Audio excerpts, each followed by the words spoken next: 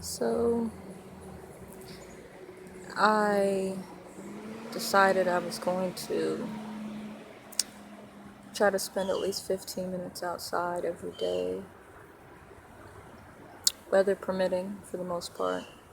Um, since I made that decision, I haven't done it, and so today is probably the second time, maybe the third time, maybe even the fourth time, I'm not sure, over the course of 2 weeks that I have come outside for a while. And today I decided, instead of just sitting in the front yard, I was going to walk down to the university, since they have all this great manicured um, garden forest kind of ambiance going on. Maybe that would inspire me. Well, when I came out, I brought along my Kindle and obviously my tablet and my phone and a coffee and some water.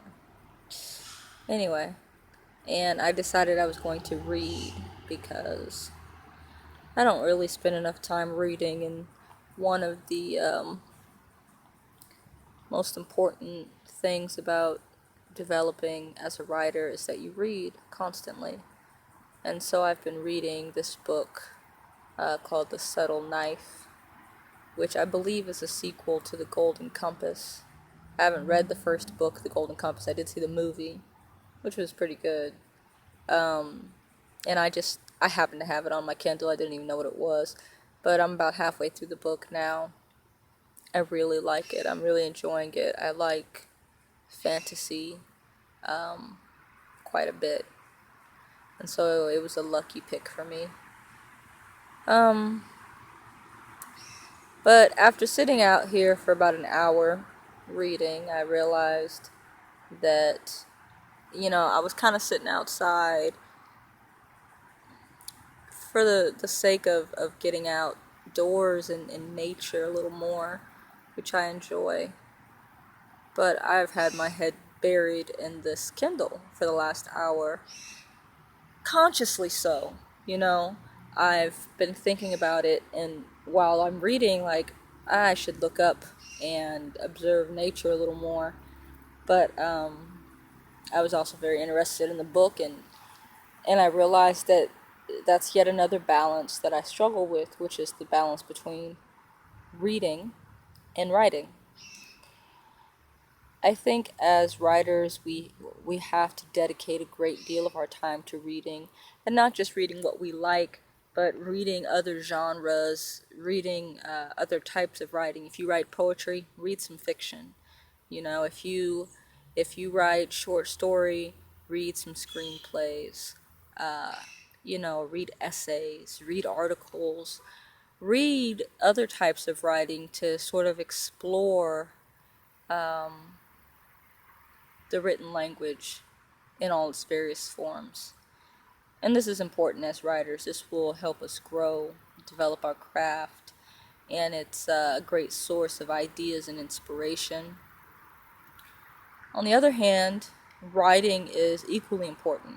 So much so that I developed this 10-minute challenge of writing for 10 minutes every day, no matter what. I haven't been 100% successful, but I've certainly increased in the frequency of my writing, and I find that the more I write, the easier it becomes. So writing is really important. The more you write, the more you're going to develop your craft, the more um, the more you're going to discover your niche, your style, your voice, and the better you're going to get at it. If you're a person who struggles a lot with writer's block, like I do, you'll find that the more frequently you write, fighting writer's block, writing directly in the face of writer's block, really working against it, the easier it becomes to write. It really does. And I find that the longer I go in periods of not writing, the stronger my writer's block becomes. So the 10-minute challenge really has a lot to do with combating that and making writing daily a habit. But again, the point of this post today is, you know, how do you find the balance between reading and writing? I'm outdoors, and on one hand, it's quiet, and I can relax and read and enjoy, um, whatever novel or whatever I'd like to get into without the hassle of the kids and the responsibilities of the home. And at the same time, it's an excellent opportunity for writing and reflecting. I'm out here with nature, and if you're like me, your mind is kind of, it writes, you think in poetry. I'm out here and I'm observing the little bugs crawling all over me, and I'm thinking how, my body is unwillingly becoming a part of its environment. Um, I'm thinking about the little wisps of spider webs that, out of focus, they seem far away, but once I relax my eyes, they're right in front of me. And I'm thinking about the details in the blades of grass and the sounds of the natural noises versus the man-made noises around me, the ride-on mower and the traffic in the street behind me, the plane overhead, this woman closing her car door, chatter of people in the distance. I'm thinking about all these things, and I have to decide whether reading is more important than writing, or vice versa. And I don't know. I do know that it's something that you have to consider.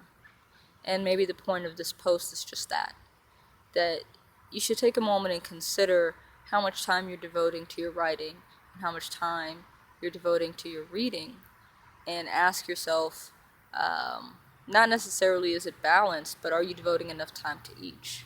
The 10-minute challenge is only about writing. You couldn't really perform a 10-minute challenge for reading. I don't think it would be fair to limit your daily reading to 10 minutes. I don't know how much you could accomplish, and certainly delving into a novel or something of any significant length or depth would be shortchanged by such a time limit. So maybe devoting some time to reading is important too. Maybe you can't read every day. Maybe 20 minutes once a week, twice a week. Maybe you read on the weekends.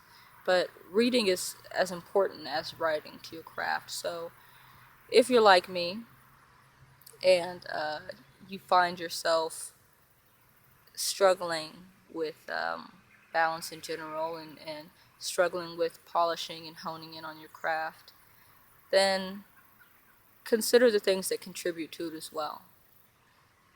In one of my previous posts, I talked a bit about something another writer had said in a video series I was watching, that was that for a writer, everything is interesting. You don't ignore anything. Every conversation, every news story, every photo, every picture, every tree, every leaf, everything becomes interesting to you. It becomes the job of the writer to be interested in absolutely everything. And when you write to make absolutely everything interesting, you're going to need to sit back, relax, and experience things. You're going to need to read more in order for things to become interesting. You're going to need to broaden your horizons, for lack of a better cliche. So anyway, that's it. Those are my thoughts for today. I hope that I do a little writing today. But if I don't, at least I share some thoughts about writing with you. This video post is a part of the 10-minute challenge. To learn more about the 10-minute challenge, check it out on my blog at www.chorusofblue.com. You can also look me up on Facebook, look up my writer's page, and you can learn more about the challenge there. Thank you so much for listening. Happy writing.